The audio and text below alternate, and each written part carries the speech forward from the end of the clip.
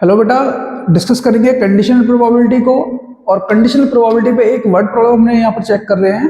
तो word problem दी गई है, a pair of dice is thrown if the two numbers appearing on them are different, find the probability if find the probability case 1 the sum of the number is 6 and second case दिया है the sum of the numbers is 4 or less। Third case दिया हुआ है the sum of the numbers is 4। तो ये एक conditional probability की problem है।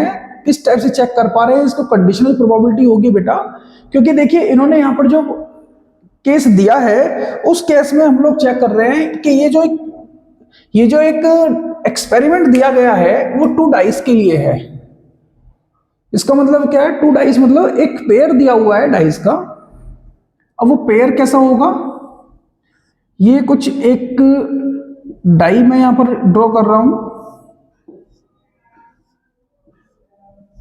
तो इसके जो फेसेस हो सकते हैं 1 2 3 4 5 एंड 6। एक डाई और थ्रो करते हैं यहां पर क्योंकि पेयर है इसका। इसके नंबर ऑफ फेसेस हो सकते हैं 1 2 3 4 5 6। तो ये एक पेयर यहां पर दिया हुआ है 2 डाइस के लिए। A pair of dice is thrown if the two numbers appearing on them are different। तो इसका मतलब ये है कि जो एक पेयर हमने थ्रो किया था डाइस का, उसके जो फेस हम लोग काउंट करेंगे उसके फेस पर डिफरेंट नंबर्स आने चाहिए। Case 1 the sum of the number is 6। Case 2 the sum of the numbers is 4 और less than 4 होगा। the sum of the numbers is 4 होगा। तो बेटा हम लोग इसमें जब प्रोबेबिलिटी चेक करते हैं तो किसी भी एक्सपेरिमेंट की प्रोबेबिलिटी फाइंड जब कर रहे हैं इवेंट्स की प्रोबेबिलिटी को एक्सपेरिमेंट में, तो बेटा उसका एक सैंपल स्पेस होता है। जो सैंपल स्पेस मेरे को यहां पर चाहिए, तो बेटा ये सैंपल स्पेस क्या होगा? S इक्वल टू, अब इसके पास हमने ये क्या है कि यहां पर ये 1,1 1,2 1,3 1,4 1,5 1,6।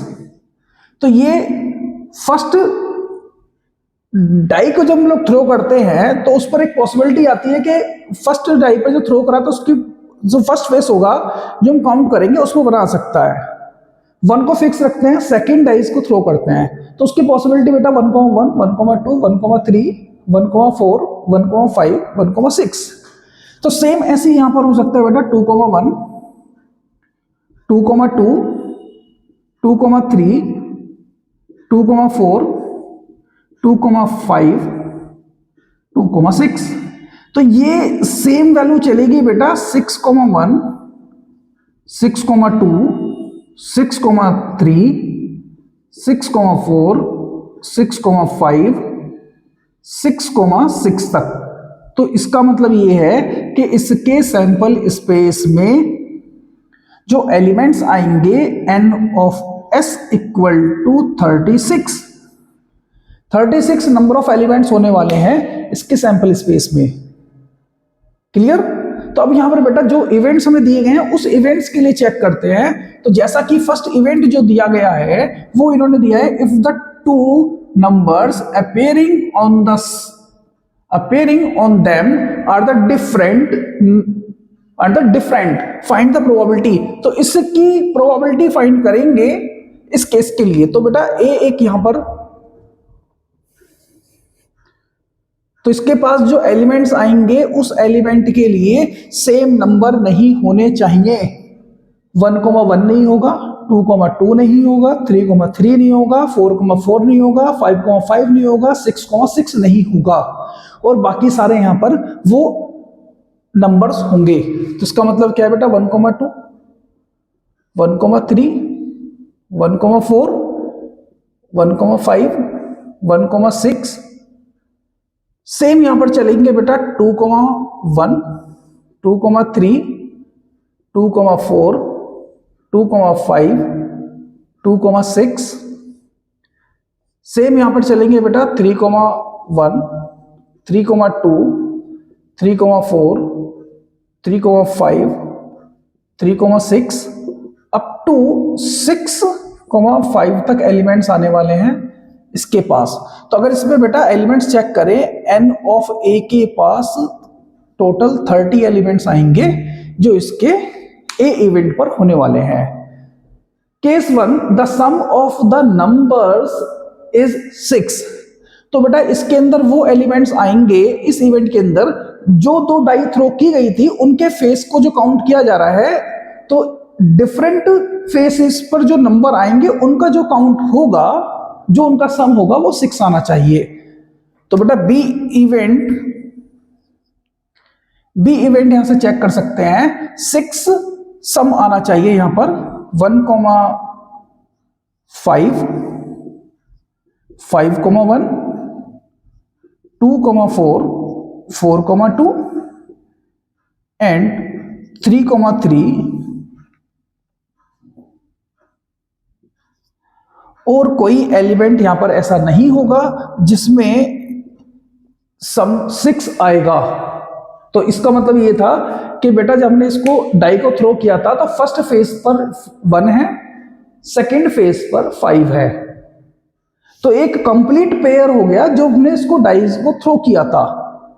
तो यहां पर सेकंड में 5,1 आ सकते हैं, 2,5, 2,4 आ सकता है, 4,2 आएगा, 3,3 आएगा। तो इसके फर्स्ट केस के लिए अगर मैं यहां पर इसको चेक करता हूं तो ये बेटा कंडीशनल प्रोबेबिलिटी की प्रॉब्लम है जिसकी प्रोबेबिलिटी मेरे को निकालनी है। तो इन्होंने बोला है एक pair of dice is thrown if the 2 numbers appearing on them are different, find the probability. Probability निकालनी है मेरे को, the sum of the numbers is 6। तो बेटा प्रोबेबिलिटी निकालने के लिए फर्स्ट केस में प्रोबेबिलिटी निकालनी है, probability of B conditional A.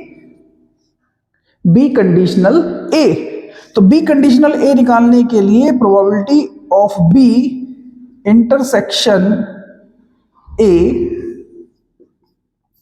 Divided by probability of A. तो इसकी वैल्यू हम लोग चेक करते हैं, ए इंटरसेक्शन बी।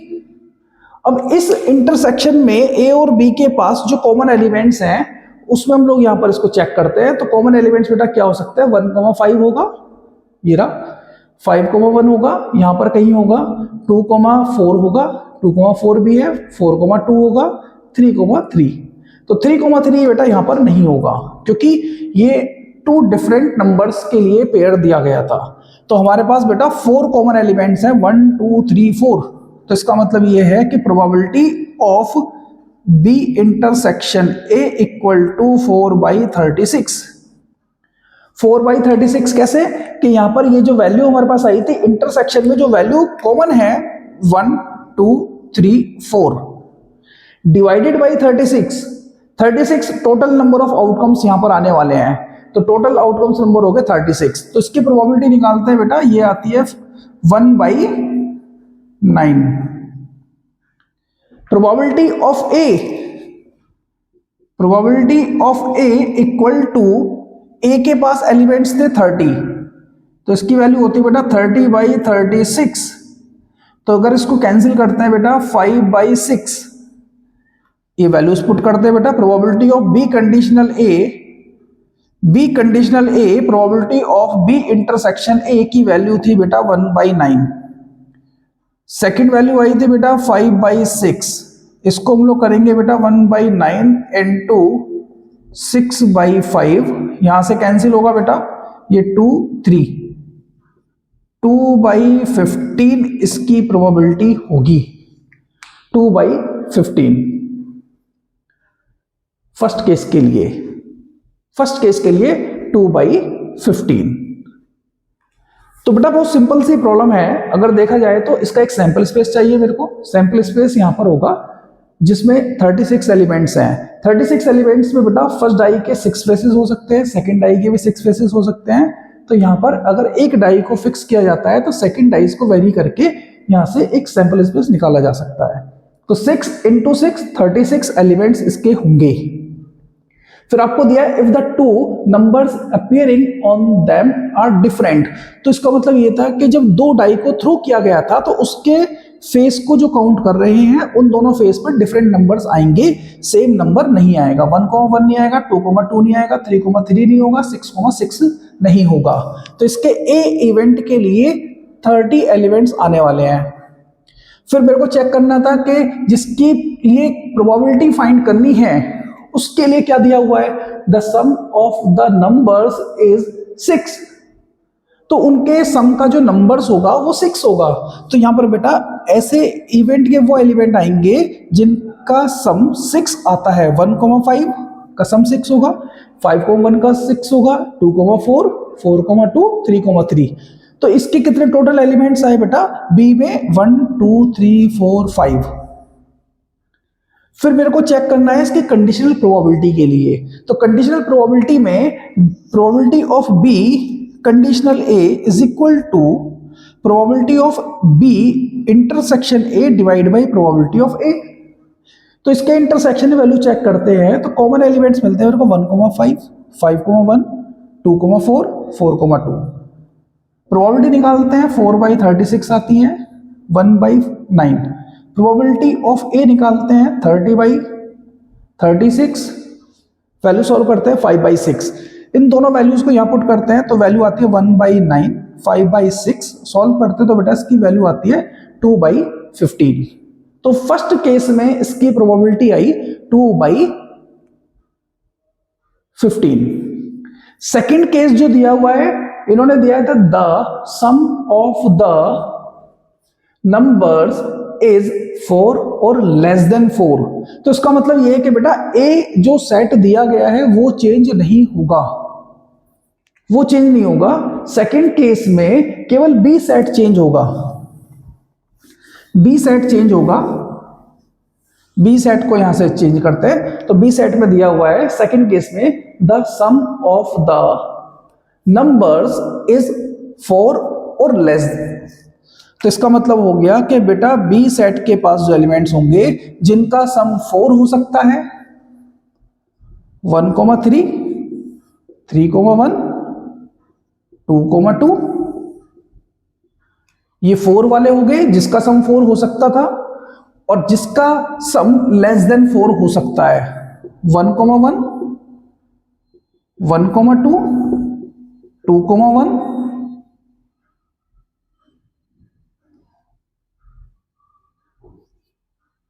क्योंकि बेटा लेस देन 4 के लिए तो जो वैल्यू आएंगी यहां पर वो हो सकती है, सम 2 हो सकता है और 3 हो सकता है। 2 के लिए होगा 1,1, 3 के लिए होगा 1,2, 2,1, और जिसका 4 हो सकता था 4 के लिए बेटा ये सारे एलिमेंट्स आएंगे। तो बी इवेंट भी यहां पर क्लियर है। कंडीशनल प्रोबेबिलिटी निकालनी है, probability of B conditional A, probability of B intersection A divide by probability of A. Probability of B conditional A निकालना है, probability of B intersection A की वैल्यू निकालते हैं। तो बेटा दोनों इवेंट्स में से जो कॉमन एलिमेंट्स आते हैं उसको चेक करते हैं बेटा। तो इसमें कॉमन एलिमेंट्स क्या आएंगे बेटा, B intersection A, B intersection A के पास जो एलिमेंट्स कॉमन होंगे बेटा 1,3 होगा, 1,3 होगा, 3,1 होगा, 2,2 बी के पास है बट ए के पास नहीं होगा, 1,1 भी नहीं होगा बेटा, 1,2, 2,1। तो ये एलिमेंट्स आते हैं बेटा probability of B intersection A equal to 1 2 3 4, 4/36 equal to 1/9। Then probability of ए,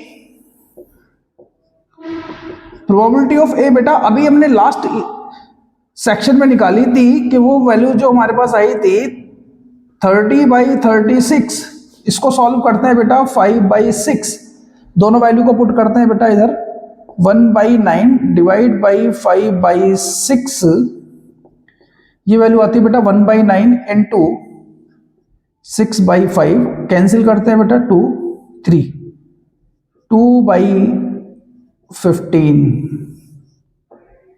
2/15, इसकी भी वैल्यू जो है 2/15। थर्ड केस देखते हैं, the sum of the numbers is 4। तो इसका कहने का मतलब ये है जिसका सम 4 आता है वो इवेंट यहां पर होंगे। तो 4 के लिए बेटा ये इवेंट जो आएगा सम इक्वल टू 4। तो इसी केस में हम लोग चेक कर लेते हैं 1,3, 3,1, 2,2। और इन दोनों केसेस में अगर मैं इस पे कॉमन चेक करता हूं ए और बी इवेंट में 1,3 होगा, 3,1 होगा, 1,2 अब हमारे पास बी इवेंट में ही नहीं है तो इसके इंटरसेक्शन में भी नहीं होगा। तो दो एलिमेंट्स यहां पर आते हैं, अगर इसको यहां पर चेक करते हैं इसके पास दो कॉमन एलिमेंट्स हैं तो इसकी वैल्यू होगी 2/36, कैंसिल करते हैं 1/18, प्रोबेबिलिटी ऑफ ए 5/6 रहेगा, दोनों वैल्यूज को पुट करेंगे यहां पर बेटा, probability of B intersection A के लिए 1/18 डिवाइडेड बाई 5/6, तो बेटा इसकी वैल्यू आती है 1/18 6/5, 6 से कैंसिल होगा 3, तो वैल्यू आती है बेटा 1/15। तो 1/15 इसकी प्रोबेबिलिटी होगी थर्ड केस की। तो बेटा देखा जाए तो ये बहुत सिंपल प्रॉब्लम है, जो कंडीशनल प्रोबेबिलिटी बेस्ड प्रॉब्लम थी प्रोबेबिलिटी की।